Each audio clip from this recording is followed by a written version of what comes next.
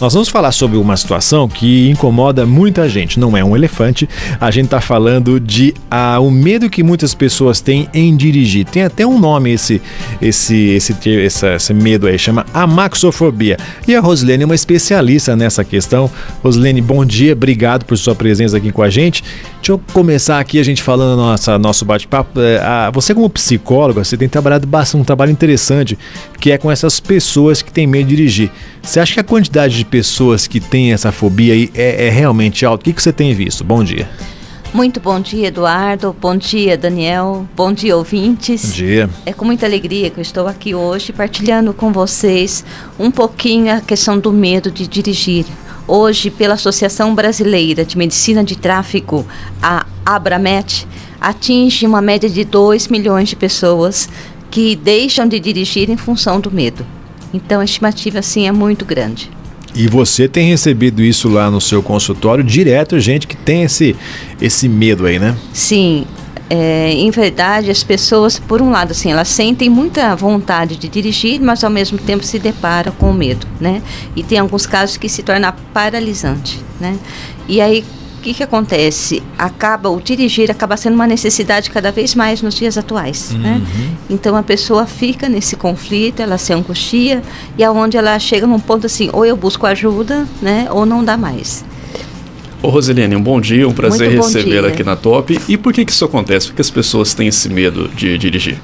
Em verdade, Daniel, a pessoa, na maioria das vezes, ela já tem um processo de ansiedade desenvolvido, o que nós chamamos de vulnerabilidade cognitiva, né? Então, na questão da ansiedade, tem, por exemplo, o transtorno de ansiedade generalizado, ou, de repente, ela teve algumas vivências na vida dela, na infância, na adolescência, ou até mesmo no processo de gestação, onde foi traumático. E aí fica esse registro na memória emocional.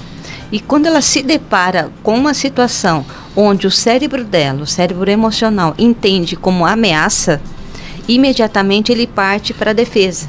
Que nós temos ansiedade boa e ansiedade prejudicial.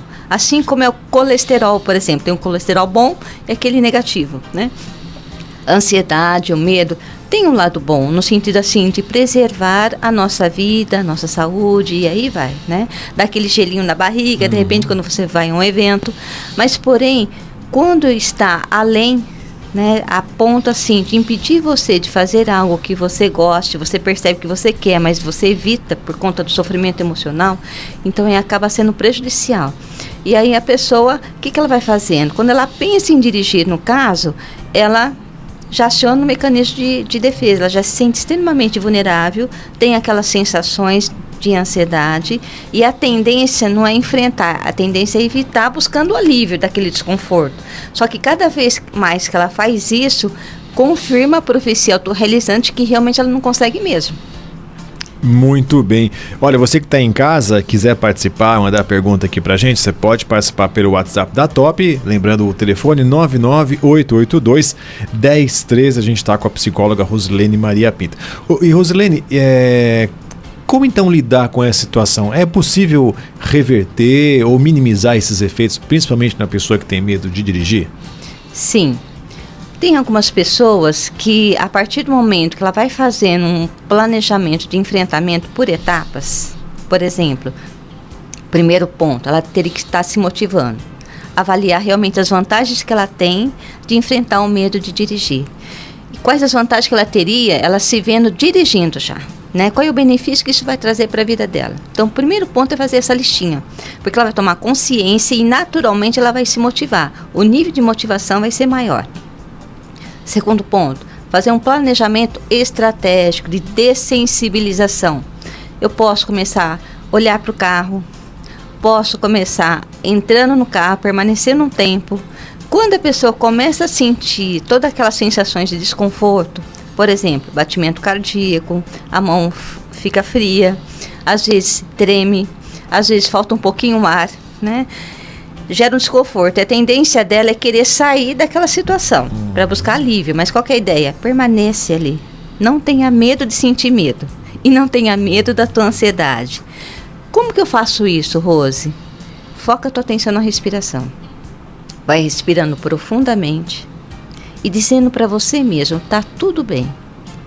Não preciso ter medo do que eu estou sentindo, dessas sensações físicas e emocionais que eu estou sentindo. Na medida que você vai respirando, você vai melhorando a sua capacidade de oxigenar o cérebro. E nós temos 2 cérebros. O sistema límbico, que é o cérebro emocional, e a parte cognitiva, que está bem aqui localizada na testa, relacionado ao córtex. Quando você está numa situação de medo, que gera ansiedade, que o cérebro entende como ameaça iminente, ele entende assim, você está correndo um risco de vida iminente. Não que seja necessariamente, mas o cérebro emocional entende assim. Inevitavelmente ele parte para a defesa. E aonde passa por uma gama de adrenalina em todo o teu organismo, acelera todo o teu metabolismo. Gera desconforto? Gera. E é nisso que a pessoa tem a tendência de querer fugir para buscar um alívio. E é justamente o contrário. Começa a trabalhar a respiração, tolera esse desconforto. Na medida que você vai fazendo isso com frequência, repetitivamente, vai diminuindo um pouco o teu nível de ansiedade. E aí você vai começar a descobrir que você consegue e é possível aprender a lidar com o teu medo e com a tua ansiedade. Tem casos, Daniel, que está mais acentuado e realmente por si só ela tem muita dificuldade. Então é sugerido, busque uma terapia ou pelo menos busque um orientador que te acompanhe, né? Hoje em dia tem muitos instrutores aí de autoescola e alguns felizmente já têm essa consciência, né? Porque até então, antigamente, assim como a depressão, era considerado como frescura. E não é necessariamente. Realmente uma dificuldade que a pessoa tem e ela precisa realmente de um acompanhamento. Se ela realmente tiver isso como meta na vida dela e enfrentando todo esse desconforto, gradativamente ela vai percebendo que ela vai conseguir superar. E Rosilene, essa técnica também ela serve para alguns outros medos, outras fobias que as pessoas possam ter, se não o medo de dirigir, né? Sim, inevitavelmente, porque o medo faz parte do nosso dia a dia. Quando você deixar de sentir medo, você não vive mais. Verdade, morreu, foi, né? Porém, a questão é como lidar com medo. E não só o medo, Daniel, sabe? Tem emoções nossas que são muito intensas. Por exemplo, tem pessoas que têm pavio curto, explode rapidamente. Então, tem a dificuldade de lidar com a raiva. Então, você identificar realmente essa emoção, né? Você ter consciência que em você ela se manifesta de uma forma intensiva, principalmente em situações específicas, como, por exemplo, tem pessoas que têm dificuldade de subir na escada rolante. Tem pessoas que têm dificuldade de andar no elevador, né? Tem pessoas que têm dificuldade de andar de avião. E às vezes, só de ver uma barata, por exemplo, pronto. Sente o medo medonho. É como, a sensação que ela tem é como se ela estivesse correndo um risco de vida iminente. E que o pior vai acontecer, e o pior, que ela não tem condições para lidar com a situação. Ela tem uma crença de impotência, né? E cada vez mais que ela evita de lidar, ela fica reforçando essa crença que realmente eu sou impotente, sou incapaz e não dou conta. Rosilene, você está falando uma coisa que é a questão do medo e você em diversos momentos falou da ansiedade. Você acha que a ansiedade é um dos males desse mundo, dessa era que a gente está vivendo aí? E respiração também é importante para a gente lidar com questões de ansiedade. Como é que você vê essa questão da ansiedade? Sim.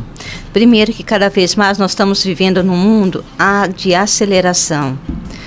Vivemos muito no bendito piloto automático, né? Então você faz uma série de coisas para você fazer, a cabeça está ali, mas a mente, aliás, o corpo está ali, mas a mente está vagando, né? Com trocentas coisas. Isso, inevitavelmente, acaba gerando estresse. E aí você, com o tempo, vai desenvolvendo, inclusive, um quadro depressivo, né? Mas por conta de quê? Da bendita ansiedade. Essa tendência de estar se cobrando, essa tendência de achar que se eu não fizer o pior vai acontecer, que eu vou perder o controle da situação, ou que eu não vou conseguir, ou que eu sou um fracasso, e aí vai. Isso vai potencializando o nível de ansiedade que nós sentimos, né? E aí a ideia seria assim, você identificar esse sentimento de ansiedade que muitas vezes é gerado pela sua forma de ver. Isso é muito importante a gente entender isso.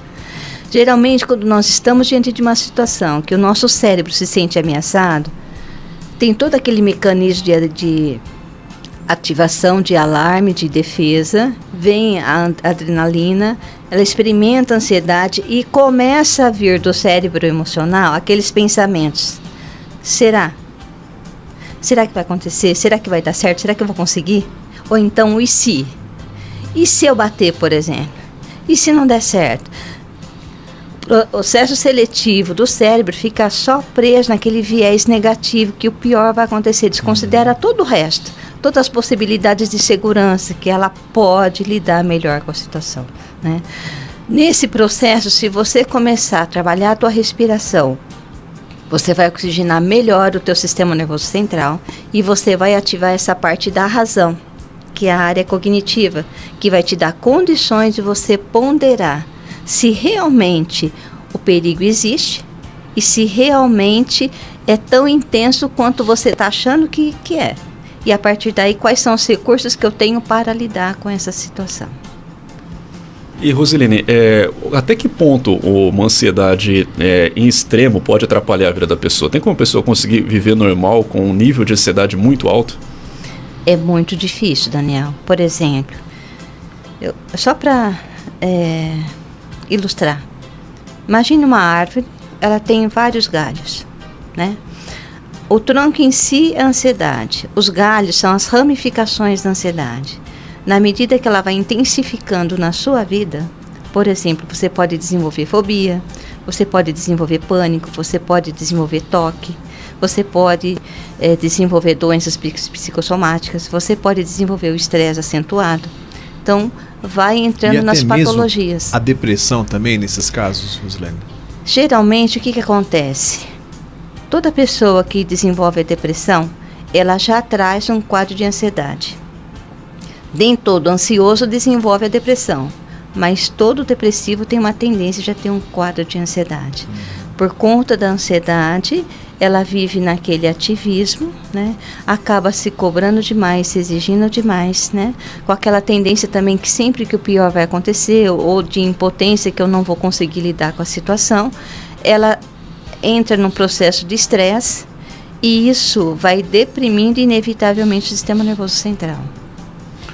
Olha, Rosilene, a gente está chegando no finalzinho aqui da nossa entrevista e eu costumo dizer que quando o bate-papo é bom, ele voa, né? A gente nem viu o tempo passar. É verdade. Já estamos quase finalizando. Onde que a gente encontra a Rosilene para que essas pessoas possam, ter um medo, alguma dúvida com relação a dirigir, possam encontrar você? Como é que as pessoas te encontram, Rosilene? Se for aqui em Bauru, pelo telefone 3214-3343 ou 998760934, ou se for em Agudos, atendo ali na Clínica Santa Clara, é 3262-7287.